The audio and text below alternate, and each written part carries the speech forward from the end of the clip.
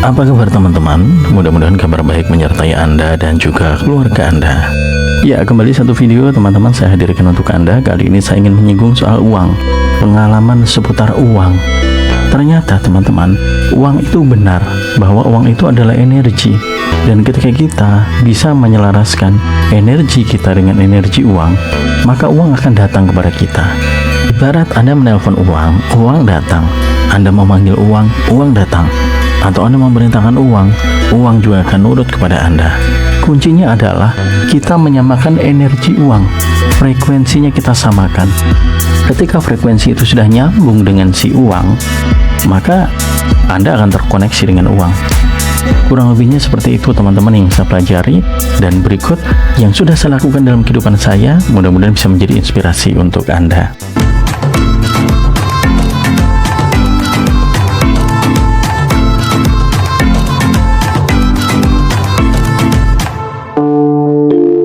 Ya teman-teman, terima kasih Anda yang sudah like, yang sudah subscribe channel ini, yang sudah membagikan video-video di channel ini kepada teman-teman yang lain.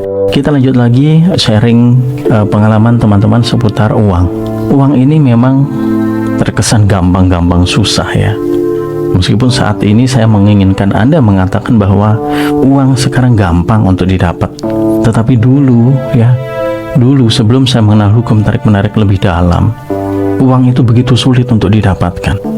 Satu hal yang ingin saya bagikan kepada Anda teman-teman, bahwa ternyata mental block akan uang itu sangat berpengaruh sekali dalam kita memperoleh uang. Saya termasuk salah satu orang yang memiliki mental block akan uang teman-teman. Begitu besarnya mental block tersebut teman-teman. Tetapi saya mempunyai tekad untuk bisa menghancurkan mental block tersebut. Saya ingin buktikan teman-teman bahwa kita mampu. Secara pribadi, saya yakin saya mampu untuk mengalahkan mental block tersebut. Mental block ini sangat mempengaruhi dalam Anda memperoleh uang. Anda kerja keras sekalipun mati-matian, ibaratnya berpeluh-peluh ya, sampai panas dingin mencari uang, saking kerasnya kerjaan Anda. Tetapi jika ada mental block, uang tidak akan datang. Anda sudah upayakan berbagai macam usaha, tetapi jika ada mental block akan uang, uang tidak akan datang. Saya mengalami sendiri teman-teman. Nah, mental block itu apa? Salah satu ya yang ingin saya bagikan kepada Anda, di antaranya adalah 1, tidak menyukai uang. Ini adalah mental block yang paling keras teman-teman. Jadi teman-teman, ada sebuah anggapan dalam diri saya bahwa uang itu bertentangan dengan hati kita, bertentangan dengan iman, bertentangan dengan Tuhan. Sehingga saya enggan atau untuk menyebut uang dalam doa itu saya berat sekali. Dulu saya anggap ini sebagai sesuatu hal yang biasa. Dan bahkan justru saya berpikir, oh berarti saya memang tidak terlalu memikirkan dunia. Dulu saya sempat berpikir seperti itu. Begitu saya mengenal hukum tarik-menarik, saya coba mulai dalami. Ternyata ada yang keliru dengan anggapan itu. Uang tetap menjadi kebutuhan, dan ternyata uang itu diizinkan oleh Tuhan untuk kita miliki, untuk memenuhi kebutuhan kita. Karena kita hidup di dunia yang memang mempunyai sebuah sistem aturan menurut dunia. Salah satunya adalah apa? Uang. Dan mau tidak mau, kita harus melibatkan uang ke dalam hidup kita. PR saya adalah bagaimana saya bisa menerima uang, ya, bisa mengalahkan atau mengikis mental block saya yang anti terhadap uang. Jadi saya menganggap uang itu tidak penting teman-teman. Bahkan ada satu pemahaman yang sudah tertanam sejak saya kecil. Ketika saya punya uang, kemudian ada mungkin teman atau orang lain yang membutuhkan dan mereka tidak punya, ya saya meskipun mereka tidak minta, ya saya bagikan. Ada satu prinsip dulu dalam diri saya, lebih baik saya tidak punya uang, tetapi keluarga saya atau orang lain yang membutuhkan itu bisa tercukupi. Itu pemahaman yang mulia menurut saya waktu itu ya. Tetapi ternyata setelah saya kaji, seiring bertambahnya usia, seiring bertambahnya kedewasaan, ternyata itu salah teman-teman. Itu bukan merupakan sebuah tindakan yang bijak. Karena ternyata membantu orang tidak melulu dengan uang, dan sementara kita harus bisa menempatkan uang sesuai porsinya, mengelola uang agar bisa bertumbuh dan bisa berkembang untuk apa kebutuhan kita. Yang saya lakukan waktu itu, prinsip saya tersebut ya, itu setelah saya kaji berdasarkan dari pengalaman dan pemahaman saya, itu ternyata termasuk pada sikap berkorban, sikap mengorbankan diri. Dan sikap mengorbankan diri ini akan membuat hidup kita berat. Nanti di video lain kita akan sharingkan itu ya. Sekarang kita fokus di uang dulu ya. Itu teman-teman. Jadi belum ada sebuah ketertarikan kepada uang. Ini saya alami sejak saya kecil hingga tumbuh dewasa, kerja dapat uang. Ya sudah, dapat uang ya wajar, namanya kita kerja. Dapat bonus ya wajar, dapat bonus, orang prestasinya bagus, penjualannya tinggi. Tetapi nggak ada sebuah kesenangan atau kebahagiaan yang lebih. Mempunyai uang banyak itu ya biasa aja. Nanti kalau uang habis, ya paling yang saya bilang ya habis, nanti cari lagi. Nah, hal-hal seperti itu teman-teman ternyata tanpa kita sadari itu menjadi mental block yang menghambat uang datang. Itu. Nah, seiring berjalannya waktu ya, bertambahnya usia, pengalaman, pengetahuan ya, saya coba kemudian mulai mendalami, mulai mencari tahu, memahami sifat karakter akan uang itu sendiri. Bagaimana uang itu bisa datang? Bagaimana kita bisa untuk mengembangkan uang, membuatnya menjadi banyak. Itu.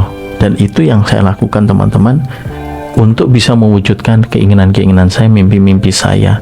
Pertama adalah mengalahkan mental block akan uang yang ada dalam diri saya. Sedikit demi sedikit teman-teman, saya sudah mulai bisa menyingkirkan, hingga akhirnya saya mulai memahami sifat dan karakter uang. Akhirnya saya mulai menemukan, oh ini ternyata yang membuat saya sulit untuk mendapatkan uang, karena saya belum memiliki rasa suka atau rasa cinta dalam tanda kutip ya akan uang tersebut. Atau dengan kata lain, saya masih menutup diri saya untuk menerima kehadiran uang dalam hidup saya. Saya masih istilahnya malu-malu kucing, mau tapi malu, sehingga uang tidak juga mau datang. Itu. Lanjut lagi teman-teman ya, kita simak lagi ya. Akhirnya semakin tumbuh dewasa, semakin saya mengenal hukum tarik-menarik, saya mulai memahami, saya mulai membuat catatan tersendiri akan karakteristik uang, apa sifat-sifatnya, apa yang disukai oleh uang, bagaimana menjadi magnet uang, bagaimana agar uang itu datang. Ya, singkatnya teman-teman, saya mulai merubah mindset dan pola pikir. Saya mulai menerima uang dalam diri saya. Saya tidak menganggap remeh uang. Saya mulai menghargai uang. Saya mulai menganggap uang adalah sesuatu yang penting dalam hidup saya. Saya mulai menempatkan uang sedikit levelnya naik menjadi sebuah kebutuhan yang pokok. Mindset-mindset yang keliru akan uang itu coba saya hapus satu persatu, sedikit demi sedikit. Ya, di antaranya tentang uang tidak dibawa mati. Betul memang, tetapi ada baiknya itu kita singkirkan. Ya, kadang-kadang kita mengucapkan itu hanya sebagai alasan diri kita, pembelaan diri kita, sebab kita tidak memiliki uang. Tidak salah dengan kalimat itu, tetapi yang salah adalah apa? Ketika kita menggunakan kalimat itu untuk membela diri kita yang tidak punya uang.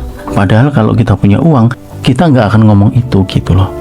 Ya, intinya kita percaya bahwa uang memang tidak dibawa mati, tetapi abaikan kalimat tersebut, tutup kalimat tersebut, ganti dengan yang lebih positif, yang memang itu bisa kita terima oleh akal pikiran sadar kita dan mampu diterima oleh pikiran bawah sadar kita. Kita ganti, uang adalah kebutuhan hidup misalnya, sehingga dengan uang adalah kebutuhan hidup, kita tetap membutuhkan uang ya. Kemudian yang kedua teman-teman, yang kedua adalah mindset keliru tentang uang, bahwa uang sulit dicari. Itu kita ganti. Kenyataannya teman-teman, bukan uang sulit dicari, Tidak.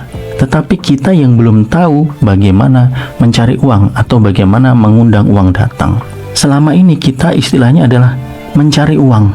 Artinya ketika kita konotasinya adalah mencari uang, uang itu seolah-olah tidak ada, tidak kelihatan.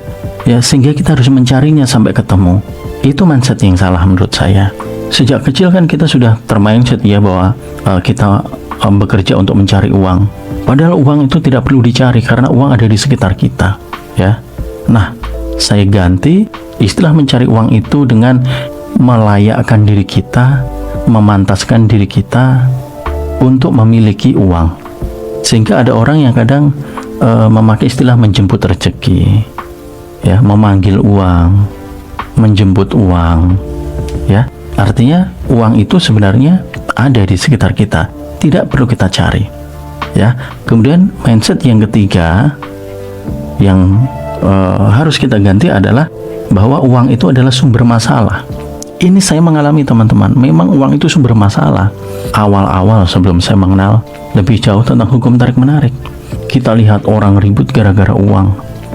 Orang menagih hutang, ya, hutang uang ditagih, ribut. Bahkan ada yang sampai akhirnya melibatkan kekerasan dan lain sebagainya. Itu terjadi di sekitar kita, dan wajar ketika kita menganggap bahwa uang adalah sumber masalah. Itu kita ganti teman-teman.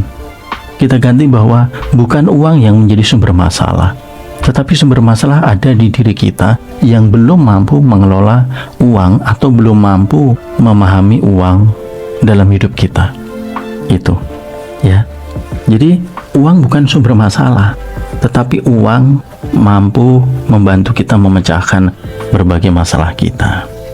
Itu intinya adalah kita coba ganti semua pemikiran negatif akan uang, kita ganti menjadi positif.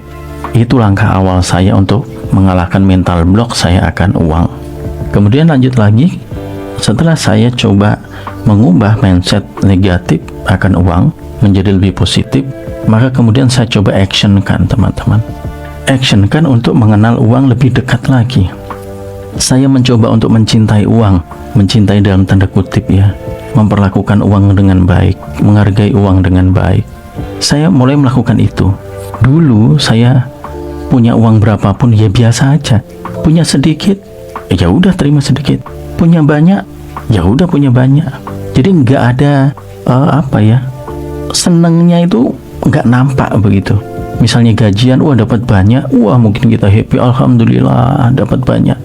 Saya biasa aja. Nah, itu adalah sikap yang keliru akan uang. Uang itu berharga. Kita coba untuk menempatkan dalam diri kita bahwa uang itu berharga. Anda setuju ya bahwa uang itu berharga? Memang bukan segala-galanya. Hidup ini tidak ada yang segala-galanya, teman-teman. Menurut saya, mudah-mudahan Anda setuju. Hidup ini tidak ada yang segala-galanya. Segala-galanya yang milik yang di atas sana, Sang Maha Pencipta. Itu segala-galanya.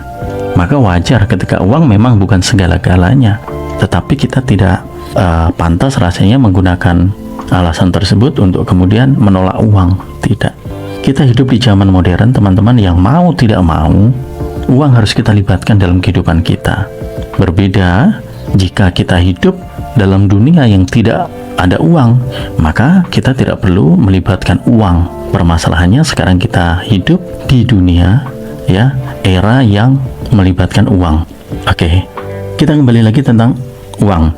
Saya mulai menempatkan uang sebagai sesuatu yang berharga, mulai menganggap bahwa uang adalah sesuatu yang penting dalam hidup saya. Setelah saya coba untuk mencintai uang, lebih dekat dengan uang, akhirnya saya mulai paham, teman-teman, kenapa ada orang yang kaya, kenapa ada orang yang miskin, kenapa mereka mudah mencari uang, kenapa saya sulit mendapatkan uang. Kuncinya ternyata itu tadi, teman-teman. Satu, untuk bisa mudah memiliki uang, kita harus mencintai uang. Mencintai dalam artian menghargai uang, ya. Kemudian saya coba untuk membuka hati saya membuka diri saya untuk menjadi tempat yang layak untuk uang, menjadi tempat yang nyaman untuk uang. Berapapun yang saya terima, coba saya syukuri, teman-teman.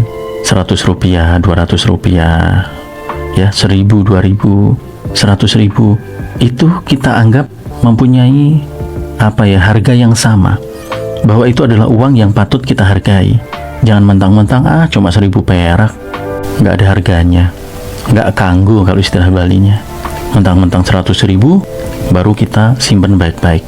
Itu namanya kita tidak menghargai, ya. Itu namanya kita tidak menghargai uang.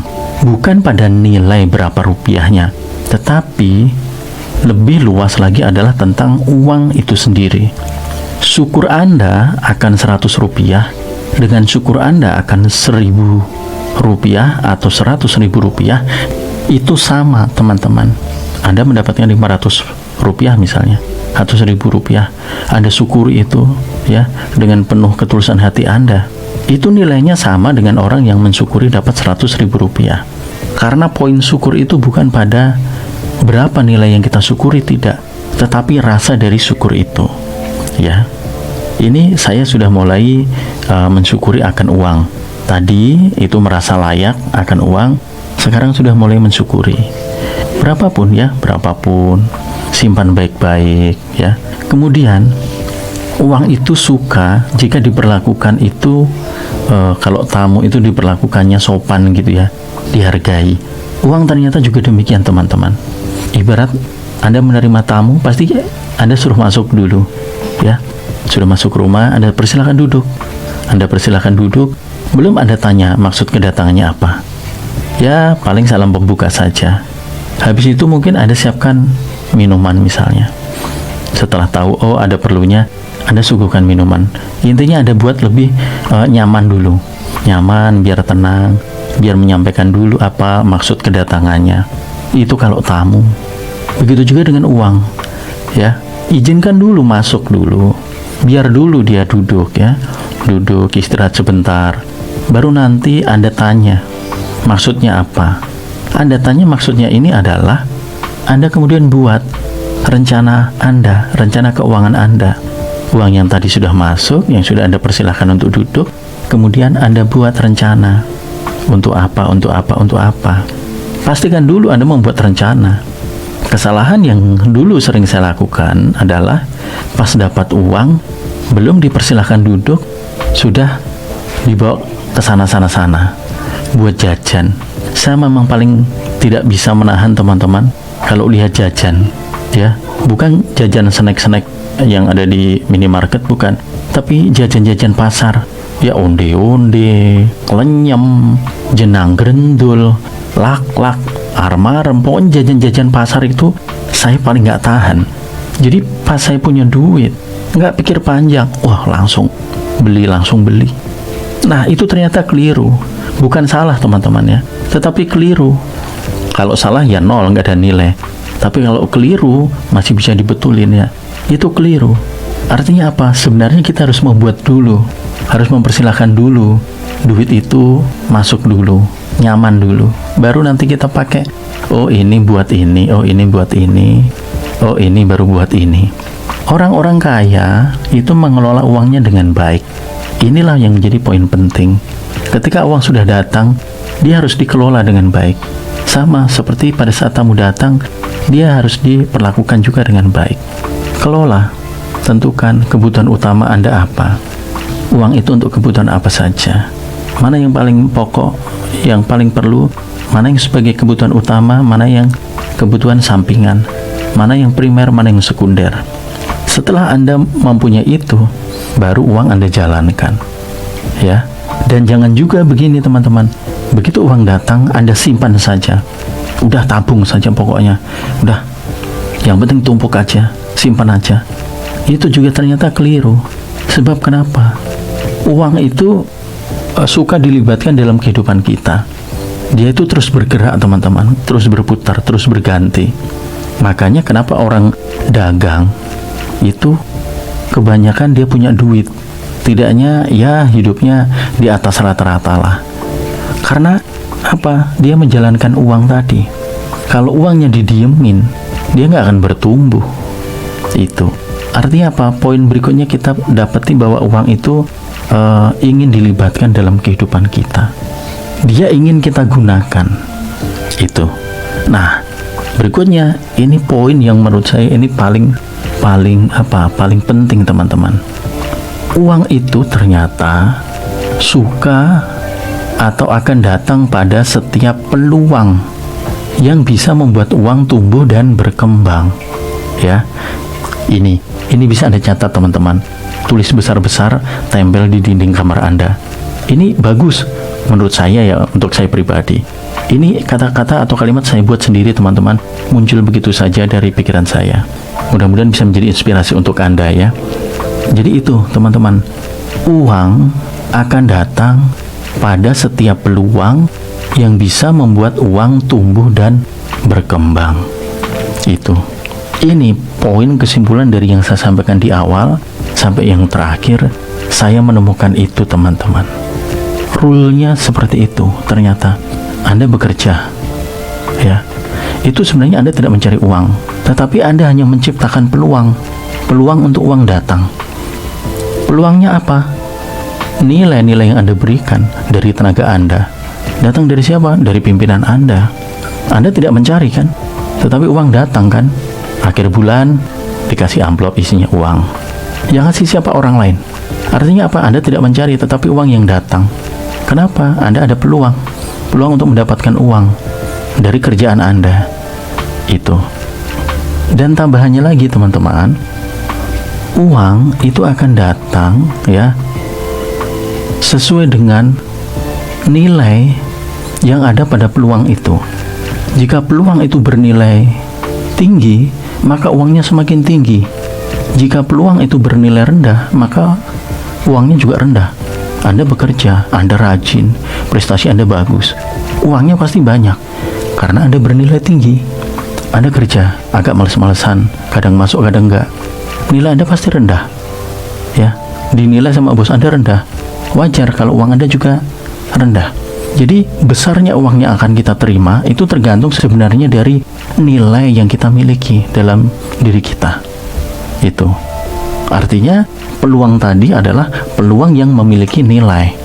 Anda sebagai seorang penyanyi misalnya, suara Anda bagus, penampilan Anda oke ya, prestasi Anda luar biasa, itu artinya Anda mempunyai nilai, sehingga peluang uang untuk mendatangi Anda itu nilainya lebih besar dibandingkan misalnya Anda nyanyinya pas-pasan ya, tidak punya prestasi, belajar pun tidak, kadang-kadang falas.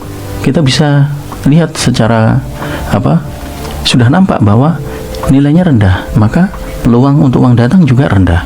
Nah, di sini kita ketemu lagi satu kunci bahwa untuk mendapatkan banyak uang atau untuk menarik banyak uang ke dalam kehidupan kita, kita harus menaikkan nilai kita, nilai diri kita teman-teman ya. Kita harus menjadikan atau menciptakan diri kita mempunyai nilai, menjadi pribadi yang bernilai. Semakin tinggi nilai kita, uang yang akan datang itu juga akan semakin tinggi, akan semakin banyak. Tetapi jika nilai diri kita rendah, uang yang datang juga sedikit. Itu yang kemudian menjadi sebuah alasan kenapa orang ada yang kaya, ada yang miskin, dapatnya banyak, dapatnya sedikit. Tergantung dari nilai yang ada dalam dirinya. Nilai di sini bukan berarti membandingkan derajat, bukan. Tetapi nilai di sini adalah kualitas yang ada dalam dirinya. Bukan hanya kualitas secara fisik, secara kemampuan, tetapi lebih pada mental dan pikiran. Jika Anda mempunyai nilai-nilai yang bagus ya dalam pikiran Anda, tindakan Anda ya, mindset Anda, pola pikir Anda, maka Anda layak untuk mendapatkan nilai yang sepadan. Tetapi jika nilai kita rendah, pemikiran kita rendah ya, sikap dan juga tingkah laku kita rendah, maka juga kita akan mendapatkan yang bernilai rendah ya. Itu yang saya petik dari pengalaman saya memahami uang. Nah, makin kesini teman-teman, makin kesini saya menemukan lagi bukti bahwa uang memang tidak perlu dicari, dan bukan hanya mereka yang bekerja yang berhak memperoleh uang, tetapi yang berhak memperoleh uang adalah orang yang merasa dan mengizinkan dirinya layak untuk memiliki uang. Artinya dia membuka dirinya untuk uang datang. dia membuang semua pikiran negatif akan uang dan memasukkan hal-hal positif akan uang, sehingga uang akan datang. Jika nilai kita positif teman-teman, maka uang akan bertambah banyak. Tetapi jika nilai kita negatif, pikiran kita negatif, uang juga akan berkurang. Kita bisa melihat tanda plus dan min ya. Positif itu tandanya plus, negatif itu min. Artinya jika pikiran kita positif plus, maka uang akan terus bertambah. Tetapi jika pikiran kita terus saja negatif, maka ya berkurang. Tanda negatif kan kurang, maka uang akan berkurang. Bukan hanya uang, tetapi apa yang kita miliki akan berkurang. Nah, oleh karena itu tidak salah jika kita dengar apa yang disampaikan oleh para motivator untuk mari kita selalu berpikir positif. Ternyata itu rahasianya teman-teman. Jika kita berpikir positif, maka kita akan memiliki tanda plus, tanda tambah. Maka akan ada banyak penambahan-penambahan hal baik dalam diri kita. Maka akan menambah, apa yang kita miliki itu akan terus bertambah. Tetapi jika kita berpikiran negatif, termasuk bertingkah laku negatif, maka tandanya kurang. Sehingga apa yang kita miliki ya lambat laun akan berkurang. Anda bertingkah laku misalnya buruk di masyarakat, ya penilaian masyarakat terhadap Anda berkurang. Wah, awalnya dianggap bijaksana, ya berkurang. Perhatian orang akhirnya jadi berkurang. Anda karyawan ya cenderung berpikiran negatif atau berperilaku negatif, ya akan berkurang nilai Anda. Jika nilai Anda berkurang menjadi rendah, yang Anda dapatkan juga akan rendah. Itu jujur ini masih muter-muter teman-teman, karena ini saya bikin video spontan mumpung keluar ide, karena beberapa kali saya rumuskan ini tidak jadi-jadi. Tetapi kalau spontan seperti ini justru malah jadi begitu ya. Anda saring sendiri ya intisarinya teman-teman ya, Anda simpulkan sendiri. Harapannya adalah sisi positif atau hal-hal positif yang bisa Anda ambil dari video ini. Ini saya buat spontan teman-teman. Begitu muncul ide langsung saya buat. Ini saya buat tanpa skrip. Jadi mohon maaf kalau mungkin agak ngalor ngidul ya. Itu. Akhirnya kita tarik kesimpulan teman-teman bahwa uang itu akan mudah datang dalam hidup kita ketika satu, kita membuka diri dan merasa layak untuk uang. Jadi kita mengizinkan untuk uang datang. Yang kedua, kita memperlakukan uang dengan baik, menghargai uang dengan baik, ya. Sebab uang juga senang dengan penghargaan-penghargaan itu, ya. Kita kelola uang dengan baik, maka uang akan nyaman, akan senang dengan Anda. Itu. Kemudian, selalu berpikir positif akan uang. Jika Anda selalu berpikir positif akan uang, uang akan bertambah dalam hidup Anda. Tetapi ketika kita selalu berpikir negatif akan uang, uang akan berkurang. Ya, ingat tanda plus dan tanda minus. Ya, termasuk juga ketika Anda berpikir hal-hal negatif dalam hidup Anda, maka apa yang Anda miliki akan berkurang, termasuk uang. Sebaliknya, jika Anda penuhi diri Anda dengan hal-hal positif dalam hidup Anda, tanda plus ya, tanda tambah, maka Anda akan mendapatkan banyak tambahan dalam hidup Anda, termasuk tambahan uang dalam hidup Anda. Itu ya. Kemudian uang itu akan mendatangi setiap peluang yang mempunyai nilai ya, dan bisa menjadikan uang tumbuh dan berkembang. Sehingga untuk bisa memancing uang datang, mari kita menjadi pribadi yang bernilai tinggi. Nah, untuk menjadi pribadi yang bernilai tinggi ini, tentunya kita perlu belajar bagaimana untuk meningkatkan diri kita, ya, menjadi manusia yang yang berkenan bagi diri kita sendiri, bagi orang-orang di sekitar kita, dan tentunya bagi Sang Maha Pencipta. Saya akui video ini kurang sempurna teman-teman, tetapi saya percaya bahwa ada poin-poin penting yang bisa Anda ambil yang bermanfaat untuk hidup kita, terutama berkaitan dengan uang ya. Masih banyak sebenarnya jika kita bahas, kita teruskan video ini, tetapi pasti akan sangat panjang. Nanti mungkin di video lain ya akan saya sharingkan hal-hal baru yang saya temui dalam saya mencoba untuk mengalahkan mental block dan mencoba untuk menerima uang ya ke dalam hidup saya. Pesan saya teman-teman adalah uang itu penting, jadi mari kita mulai untuk melibatkan uang dalam kehidupan kita. Kalahkan mental block yang ada dalam diri Anda teman-teman. Kita sama-sama ya. Saya juga mohon dukungan, mudah-mudahan saya bisa mengalahkan mental block yang ada dalam diri saya. Ada banyak cerita menarik lainnya tentang uang. Nanti di video-video berikutnya saja saya bagikan kepada Anda ya, biar tidak terlalu panjang video ini. Terima kasih teman-teman sudah menyimak ya. Mudah-mudahan bermanfaat. Jangan lupa bagikan kepada teman-teman yang lain. Akhir kata, salam sukses dan salam sehat selalu untuk Anda dan keluarga Anda.